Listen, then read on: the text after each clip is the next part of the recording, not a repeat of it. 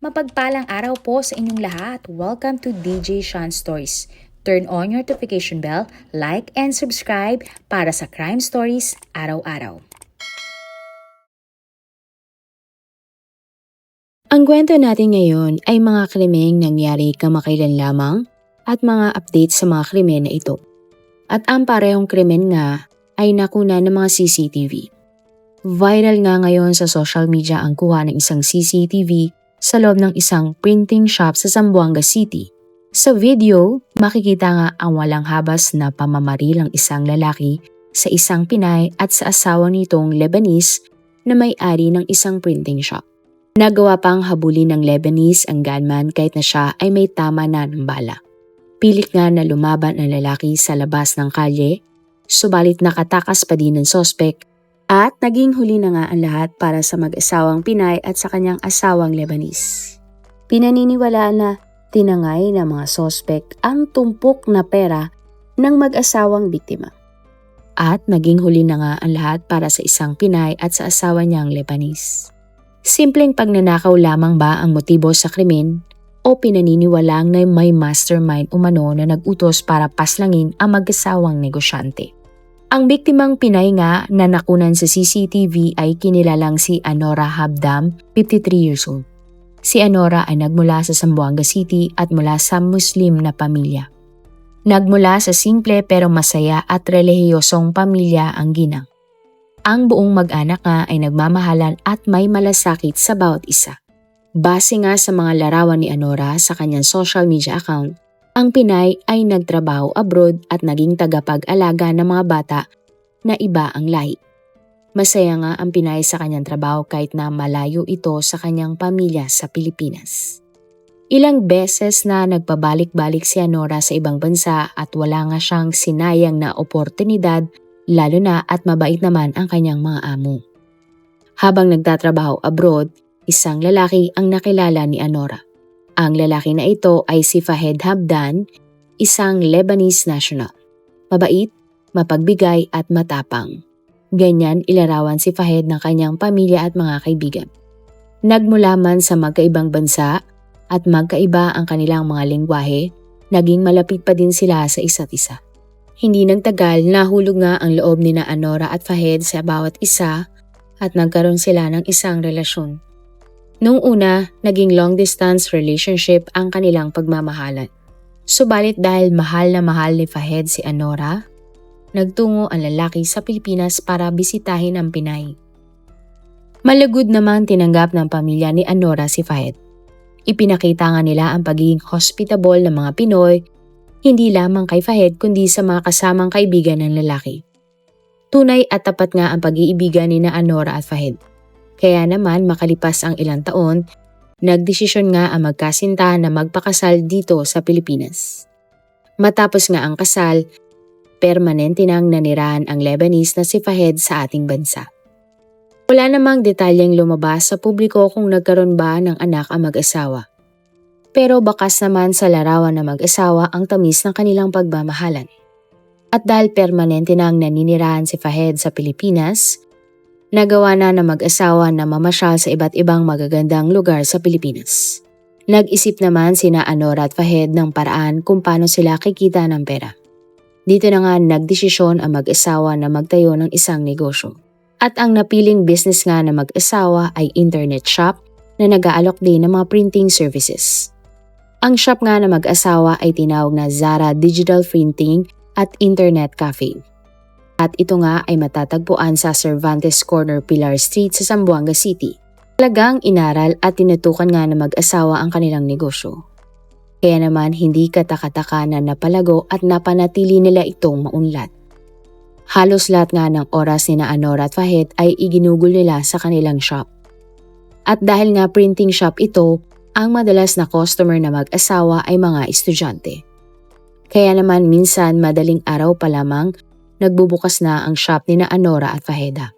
Kalaunan, nadagdagan nga ang negosyo ng mag-asawa at nag-aalok na din sila ng serbisyo ng electric pay center at ito nga ang uso noon. Halimbawa, ito ay GCash Cash In or GCash Cash Out o pera padala. Mula noon, ito na nga ang naging hanap buhay ng Pinay at ng kanyang asawang Lebanese. Ito na din ang dahilan kung bakit kilala sa lugar ang mag-asawa bilang tapat na mga negosyante. Mataas din ang respeto ng mga kalugar ni na Anora at Fahed sa mag-asawa, lalo na at kilala silang matulungin. Simple lamang ang naging buhay na mag-asawang sina Anora at Fahed. Gigising sila ng maaga, magpupunta sa kanilang shop at masayang pagsisilbihan ang kanilang mga customer. Wala ding napaulat na nasangkot sa kahit anong gulo ang mag-asawang negosyante. At sa kabuuan, payapa nga ang kanilang buhay sa Zamboanga. Subalit hindi inakala na mag-asawa na ang katahimikan na kanilang tinatamasa ay tila mawawalang parang bula at pati ang sarili nilang buhay ay magtatapos. April 10, 2026, bandang alas 5 ng umaga, nakunan nga ng CCTV ang dalawang lalaki na pumasok sa printing shop ni na Anora at Fahed. Isang lalaki ang nakasuot ng kayumanggi na t-shirt, habang ang isa naman ay nakasuot ng itim na t-shirt at itim na sombrero. Ayon sa mga reports, nagpanggap ang dalawa na customer at magpapakash out dapat ang mga ito ng 400,000 pesos dahil may ganito ngang serbisyo ang mag-asawa. Nakaupo nga sa sofa ang lalaking nakasuot ng itim na damit, habang ang kausap naman na mag-asawa ang isa pang lalaking sospek. Habang abala nga sina Anora at Fahed sa pag-aasikaso sa kanilang customer, tumayo ang lalaking nakaitim at bigla na lamang naglabas ng baril. Sobrang bilis nga ng mga pangyayari at bigla na lamang pinagbabaril ng mga nagpanggap na customer ang mag-asawang negosyante. Pilit namang nagtago sina Anora at Fahed sa likod ng counter upang iwasan ang mga bala. Subalit ang ginawa ng customer, lumapit pa siya sa mga negosyanteng nagtatago sa counter at muli silang binaril. At ang isang lalaki naman ay kinuha ang pera ng mag-asawa na nasa kabilang lamesa. Lumabas nga ng shop ang mga kawatan pero sinundan sila ni Fahed. Nakipagbuno si Fahed sa lalaking bumaril sa kanilang mag-asawa sa labas ng printing shop hanggang sa maagaw nga ni Fahed ang baril. Ginamit nga ni Fahed ang kanyang natitirang lakas upang paputukan ng baril ang magnanakaw. Subalit nalaglag ang magasin ng baril kaya hindi na nakaganti pa ng putok ng baril ang Lebanese at napahiga na lamang sa kalye dahil siya ay may tama din ng bala. At ang dalawang mga sospek nga ay tuluyan ng nakatakas, tangay-tangay ang malaking halaga ng pera na pagmamay-ari nga ng mag-asawa. Sa isang comment nga, talagang pinilit nga ng Lebanese na habulin ang sospek na tumakay ng napakalaki nilang pera. Palatandaan nga ito na napakahalaga nga ng pera na tinangay ng mga sospek. Dahil ang pera nga na kinuha ng mga sospek ay nagkakalaga na 400,000 pesos. Pilit na inilaban ni Fahed ang kanilang kabuhayan at ang kanyang buhay. Isang concerned citizen naman ang tumawag sa police station upang i-report ang nangyaring krimen. Agad namang rumesponde ang mga pulis kasama ang isang ambulansya. Ang Lebanese na asawa ng Pinay ay agad na itinakbo sa ospital. Ngunit ang Pilipina na si Anora ay idineklara ng wala ng buhay. Kung mapapanood nyo nga ang CCTV, mapapansin nyo na ang biktimang si Anora matapos mabaril ay tila hindi na nakakilos o nakagalaw pa. Sa ospital, pilit namang iniligtas si Fahed ng mga doktor. Subalit huli na ang lahat para sa kanya. Labis na pagkabigla at takot nga ang naramdaman ng pamilya ni Anora nang nalaman ang karumal-dumal na sinapit ng Pinay at ng asawa nitong Lebanese. Sigaw nga nila ay hustisya para sa mag-asawang negosyante. Wala namang sinayang na oras ang mga pulis at agad silang nagsagawa ng investigasyon. Naging susi nga para maisiwalat ang buong pangyayari ang kuha ng CCTV na nasa loob ng tindahan ng mag-asawa.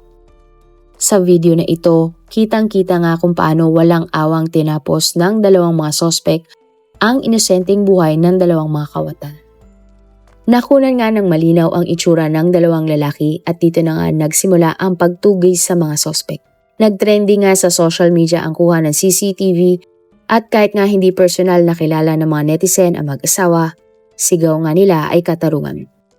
Ipinakalat din ng mga netizen ang larawan ng dalawang mga nagpanggap na customer na pumatay nga sa mag-asawang Anora at Fahed upang mapabilis ang pagkaaresto sa mga ito. Nakarating naman sa alkalde ng lungsod ang nangyaring krimen. Agad siyang nag-alok ng 500,000 pesos na pabuya sa kung sino man ang makapagbibigay ng impormasyon sa pagkakaaresto sa dalawang mga sospek. Git nga ni Mayor Olasco, Ang pera ay nagmula sa sarili niyang bulsa. At pagdating nga ng mga pulis sa crime scene, nakita nila ang isang baril, isang helmet, at isang tsinelas na pinaniniwalaang pagmamay-ari ng dalawang mga sospek. At April 11 na natagpuan naman ang ginamit na getaway motorcycle ng dalawang mga sospek. At kinabukasan, lumabas nga ang balita na ang isa sa mga sospek at ang gunman sa pamamaril sa krimen ay naaresto. Ang lalaki ay kinilalang si Jamil Catamora Binasing, 21 years old na nagmula sa Lantawan, Basilan. At ay nga sa kanya, napag-utusan lamang kami.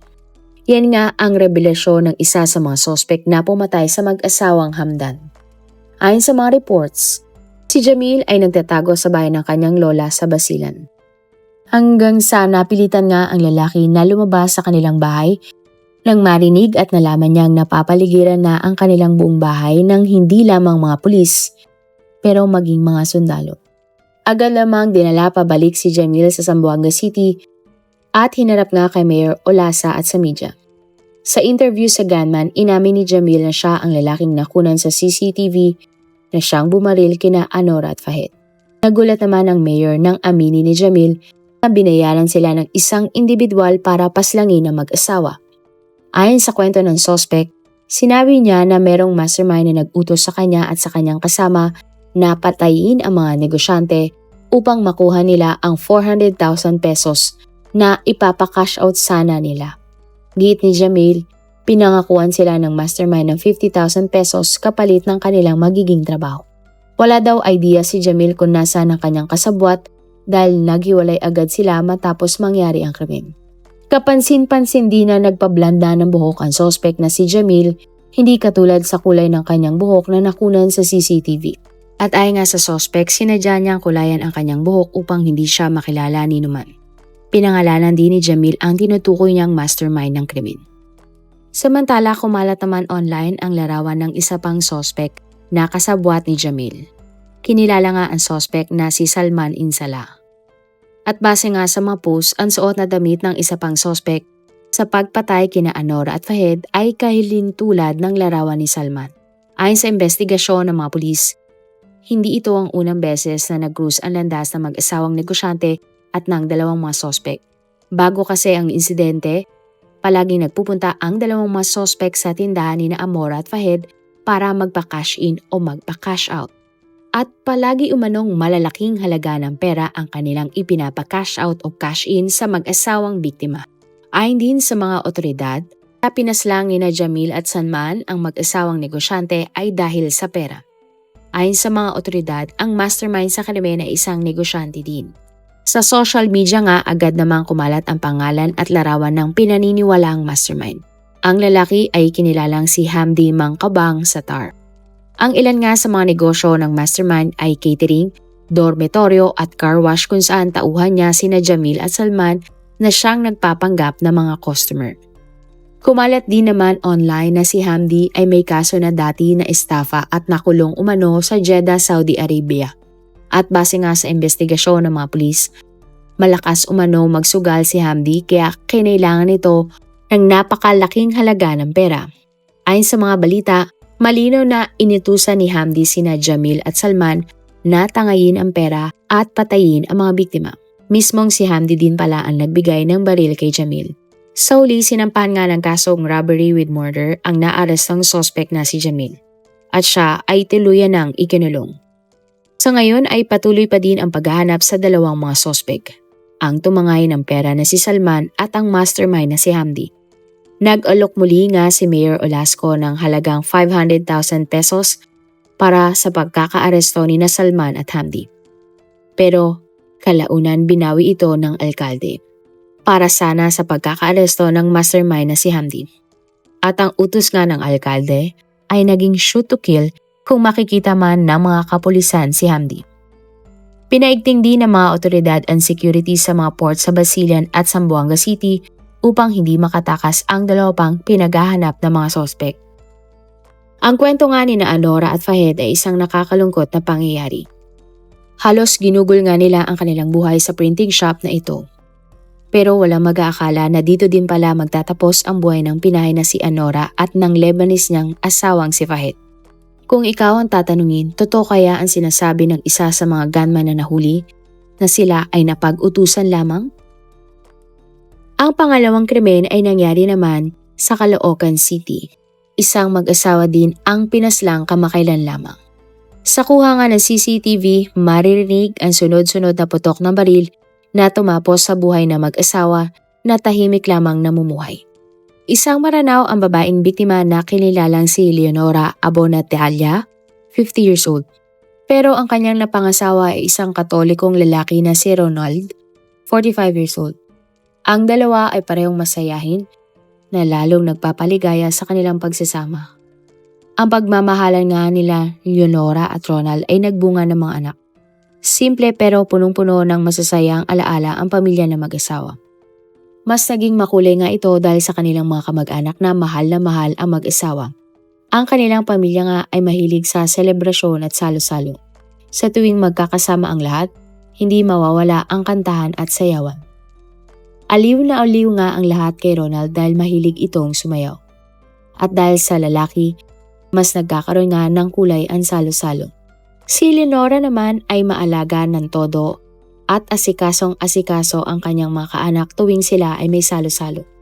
Tahimik lamang namumuhay ang mag-asawa kasama ang kanilang kaanak sa isang subdivision sa Caloocan City. Kaya naman hindi nila inakala na sila ang magiging biktima ng isang karumal-dumal na krimen.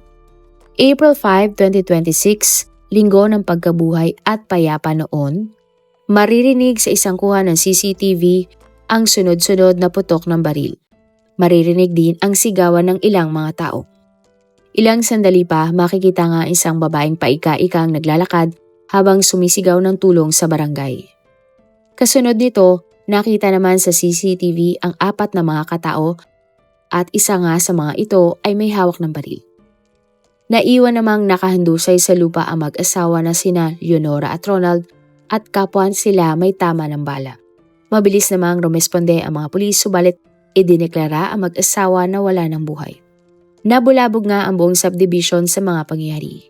At ayon nga sa pamangkin ni Ronald na si Luz, nagsimula nga ang gulo nang ipinagtanggol ng kanyang tiyuhin si Leonora mula sa paninigaw at pananakit ng sospek kasama ang asawa nito. Ayon kay Luz, tinanong pa ni Ronald ang sospek bakit nito sinasaktan ang kanyang asawa samantalang siya ang lalaki. Hindi daw nagsalita ang gunman at bigla na lamang kinuha ang kanyang baril. At bigla na lamang niyang binaril ang mag-asawa. Nakita pa nga umano ng anak ni Luz na kahit na hindi na gumagalaw sina Leonora at Ronald, pinag-uuntog pa ng misis ng sospek ang ulo ng mga biktima. Bukod sa trauma at hinagpis, matinding galit naman ang naramdaman ng mga kaanak ng biktima. Ay nga kay Maynor, nakita niya mismo ang hindi makataong ginawa ng sospek sa kanyang mga magulang. Natulala na lamang umano ang lalaki at tila nagblangko ang kanyang kaisipan nang masaksihan ang nangyaring krimen. Ayon sa lalaki, matagal na ang pinagbabantahan ng sospek ang buhay ng kanyang mga magulang sa tuwing dadaan ng sospek sa kanilang bahay. Nagbibitiw pa nga daw ang sospek ng mga salitang bantayan ni Leonora at Ronald ang kanilang lote dahil baka ito mawala at mawawala na din ang mag-asawa. Agad namang inilibing si Leonora alinsunod sa kanyang relihiyong Islam dahil siya nga ay isang Muslim. Humingi nga ng tulong si Maynor at ang kanyang pamilya kay Senator Robin Padilla upang makamit ang kanilang hustisya. Agad namang umaksyon ang senador at nakipag-coordinate sa mga otoridad. Ayon nga sa senador, tahimik ang buhay ng mag-asawang Leonora at Ronald. Nag-iba nga ito nang dumating sa subdivision ng sospek na nagpakilalang Army Reservist kaya ito may baril. At dahil mabilis ang naging aksyon ng mga otoridad, agad din namang naaresto ang sospek. Tinatinukoy pa sa publiko ang pangalan ng sospek kaya tawagin na lang natin siyang alias Lito. Si Lito ay 64 years old na presidente ng Homeowners Association kung saan naninirahan ang mag-asawang biktima. Nahuli ang sospek habang tinatangkang tumakasakay ng isang itim na motorsiklo sa isang checkpoint sa Antipolo City.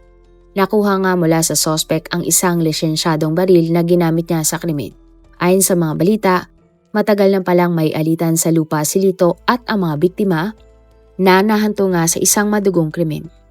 Kinumpirma naman ng mga pulis na ang pinag-awayan ng mga biktima at ng sospek ay ang sobrang kapirasong lupa ng mga biktima. Ayon sa mga pulis, bilang presidente umano ng HOA, sinubukang angkinin ng sospek na si Lito ang naturang kapirasong lupa na pagmamay-ari ni Leonora at Ronald. Tasa namang tinanggi ng sospek na siya ang bumaril sa mag-asawa. Itinanggi rin ni Lito ang mga akusasyon na nang aagaw siya ng lupa mula sa mga biktima. Ayon sa isang panayam sa sospek, sinabi niya na hindi daw niya masasabing kasalanan niya ang nangyari, pero ang totoo siya nga ay may baril. Giit ng lalaki, nag-agawan sila ni Ronald ng baril. At habang sila ay nag-aagawan, tinamaan ng bala si Leonora. Kasunod nito, tinamaan naman umano ang biktimang si Ronald. Sinabi pa ni Lito na ang mag-asawang biktima ay benta umano ng benta ng mga rights ng mga lupa sa kanilang lugar. At para sa kanya, dapat bilang presidente ito ay kanyang alam. Nang tanungin nga kung nagsisisi siya sa kanyang ginawa, hindi niya ito diretsahang sinagot. Bagkus, sinabi niyang nalulungkot siya sa nangyari at nakikiramay nga sa pamilya ng mga biktima. Nalulungkot daw ang suspect dahil minahal daw niya ang mag-asawang biktima at hindi niya itinuring ang mga ito na ibang tao. Pero sa huli, kinasuhan nga si Lito ng double murder at kasalukuyang nakakulong sa custodial facility ng Caloocan City Police. Kapag napatunayang guilty si Lito, maaari siyang hatulan ng habang buhay na pagkakulong. Marami pong salamat sa inyong panonood. Meron ba kayong mga kwento na gusto nyong i-share sa ating mga manonood? O kung may personal po kayong kwento na gusto nyong i-feature sa ating channel, i-comment down below nyo lang ang inyong mga suggestions. Para naman po sa dagdag kalaman, i-subscribe nyo din po at i-follow ang ating iba pang YouTube channel katulad ng Tagalog Facts and Mysteries by DJ Sean at Manila Boy Wonder Philippines. Marami pong salamat sa pagsuporta nyo sa aming mga channel. God bless everyone!